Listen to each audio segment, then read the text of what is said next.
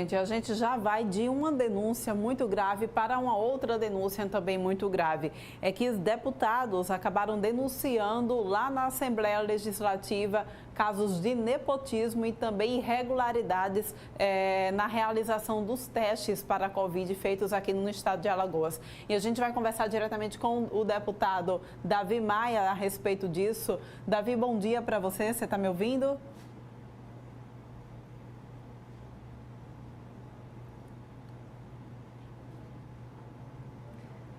A gente está ouvindo também, a gente consegue ouvir o Davi Maia ou só sou eu que não consigo ouvi-lo?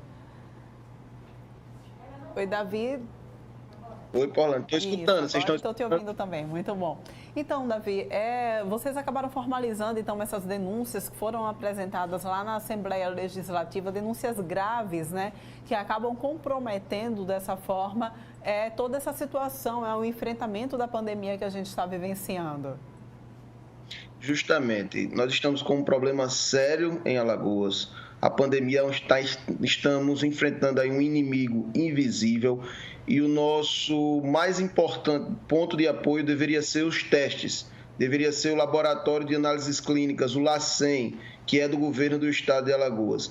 Infelizmente, desde que houve aquele óbito que o governador anunciou de maneira assodada nas suas redes sociais, começou a chover uma enxurrada de denúncias, muitas denúncias, e especialmente de setores como o LACEN. Nós temos aqui em nossas mãos e-mails, fotos. Por exemplo, essa aqui é a relação de quem o governo achava que tinha que ser prioridade. Então, existia prioridades de óbitos, que era natural, existia prioridade de pessoas que estavam em estado grave, mas existia prioridade de quem conhecia alguém dentro do LACEN, e nós conseguimos aqui receber esses e-mails internos do laboratório, o que mostra que... Só um instantinho, Davi, vale a gente frisar aqui para quem está assistindo a nossa entrevista nesse momento, que essas denúncias que você traz aqui, né, que já foram inclusive apresentadas lá na Assembleia Legislativa, elas têm embasamento. Vocês têm todas as provas dessas denúncias, não são denúncias soltas, vocês estão todos embasados de fato em provas. Justamente, além de recebermos essas denúncias, passamos um período, aí pelo menos uma semana, analisando essas informações, o que era verídico, o que era que a gente poderia denunciar, porque isso aqui vai virar um processo dentro da Assembleia e vai virar também uma denúncia no Ministério Público Estadual. Pois é, então você mostrava para a gente aí essa lista de prioridades, né, de pessoas que para fazer a testagem do coronavírus. E dentre dessa lista, além, é claro, de pessoas que já tenham vindo a óbito, que estavam em estado grave, que precisavam de fazer o teste de forma mais urgente, que merecem de fato essa prioridade, mas também existiam pessoas que estavam inseridas aí apenas por conhecer alguém do LACEN, ter algum parentesco com alguém, digamos assim, grande lá dentro.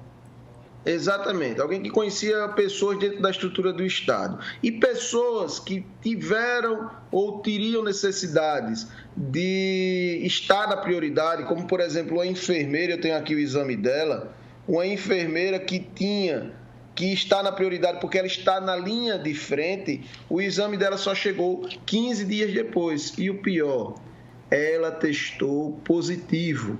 Ela foi contaminada, enfrentando esta guerra e continuou transmitindo o vírus porque falharam no exame dela. Demoraram 15 dias para entregar. Tem aqui pessoas que demoraram 15, que demoraram 30 dias. Um bebê de 1 ano que passou 15 dias para receber o teste do seu exame. Então, pessoas que deveriam ser prioridades não foram tratadas como prioridades. Pessoas que não deveriam ser, por uma questão de ingerência política, foram tratadas como prioridade. Além da quantidade de exames que foram perdidos, porque não tinham... É uma lista de cerca de 400 exames, é isso, Davi? E vocês conseguiram essa lista, perceberam que, na realidade, esses exames nem estão sendo feitos aqui? Explica para a gente direitinho essa história.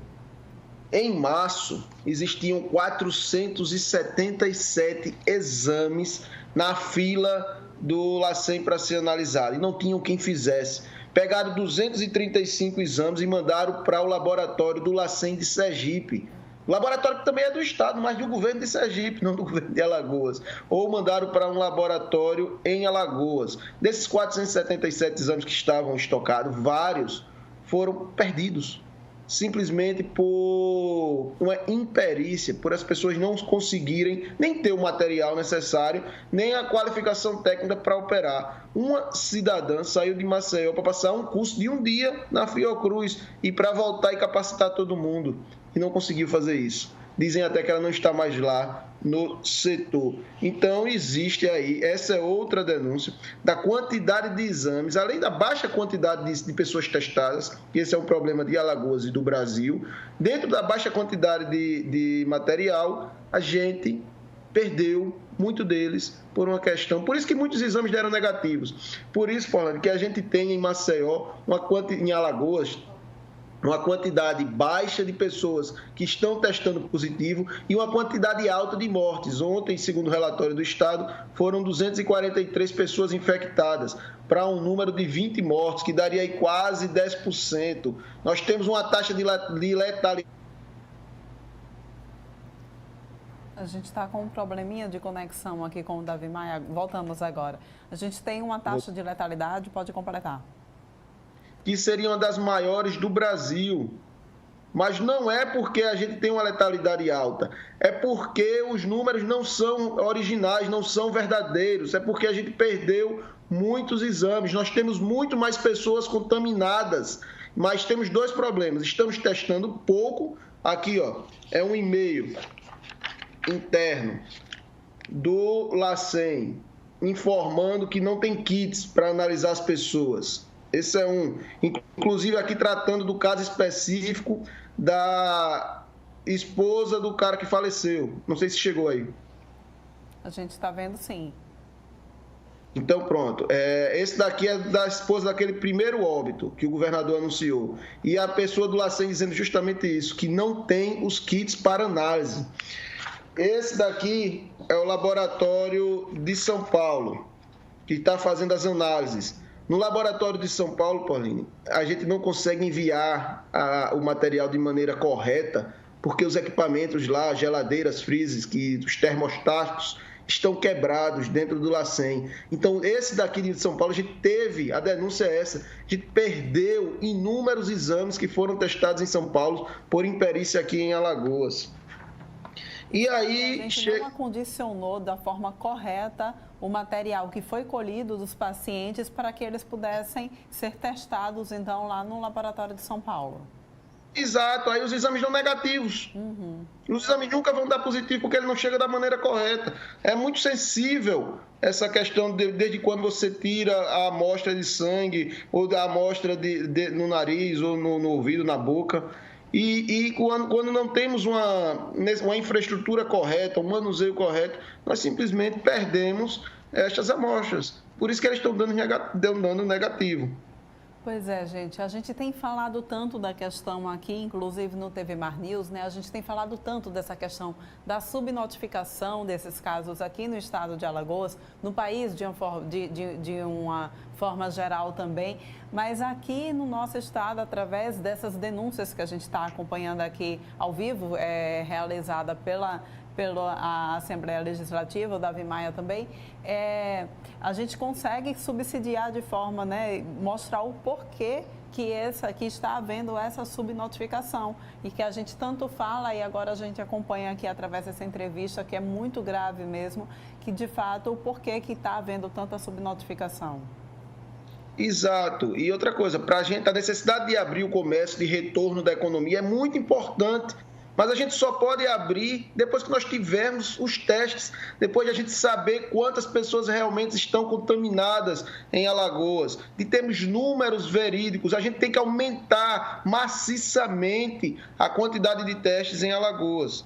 E isso está acontecendo, Paulinho, por uma questão político-administrativo, por uma ingerência, vamos dizer, administrativa, que é aí onde vem uma das denúncias que eu considero mais grave, o nepotismo que se instalou dentro do LACEN. 3 famílias, basicamente, compõem todos os funcionários do LACEN. Eu vou só lhe dizer aqui o que é que acontece. A chefe do setorial de Soroteca, que é onde fica armazenado esse material, o filho dela trabalha no setor de análise, o esposo é o chefe do TI, a filha é advogada do LACEN e a nora é a chefe da imunologia, que trabalha no setor de análise. Pois é. A chefe do RH, o filho é do setor de bromatologia, a prima do setor de saúde do trabalho, a nora trabalha no administrativo e o sobrinho no almoxarifado. A chefe do setor de qualidade, o esposo dela é chefe de outro departamento e a nora trabalha com biologia molecular. Até, Poliane, a pessoa que vende a quentinha para os servidores do LACEN é mãe de uma funcionária. Então, tudo lá envolve famílias. E pode ser por isso o problema que a gente chegou. O LACEN é uma instituição que, se não fosse exigida, como está sendo agora, isso passaria anos e anos sem ninguém perceber. A grande questão é que nós precisamos utilizar dele nesse momento de pandemia e ele falhou. A outra denúncia muito grave é este cidadão aqui. Essa foto aqui é de um cidadão trabalhando no LACEN.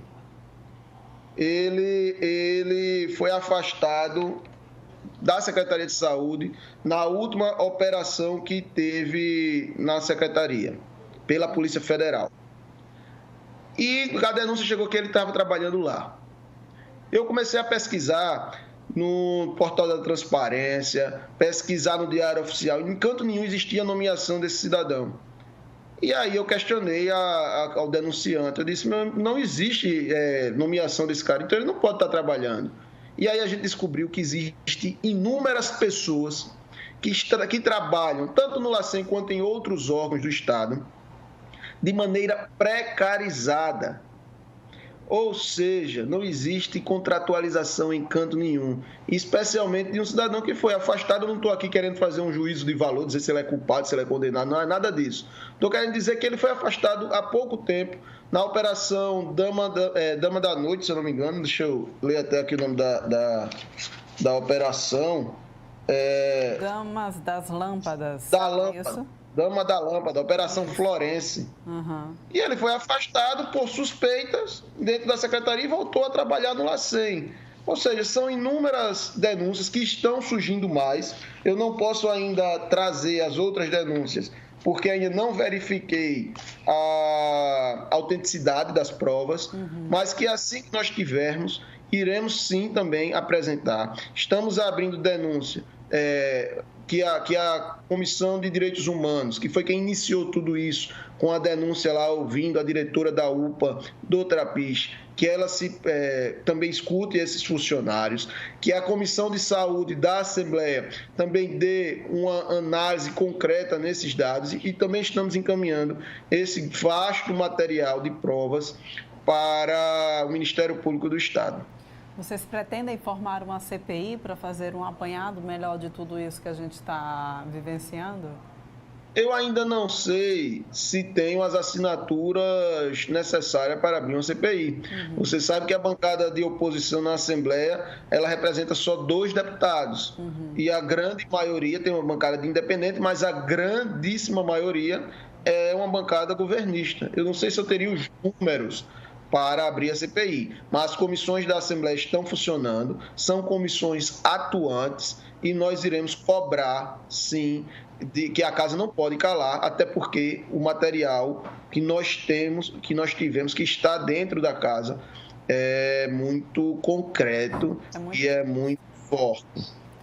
Verdade. Então, Davi, olha, a gente vai continuar acompanhando aqui também, junto a vocês, né, todo esse trabalho.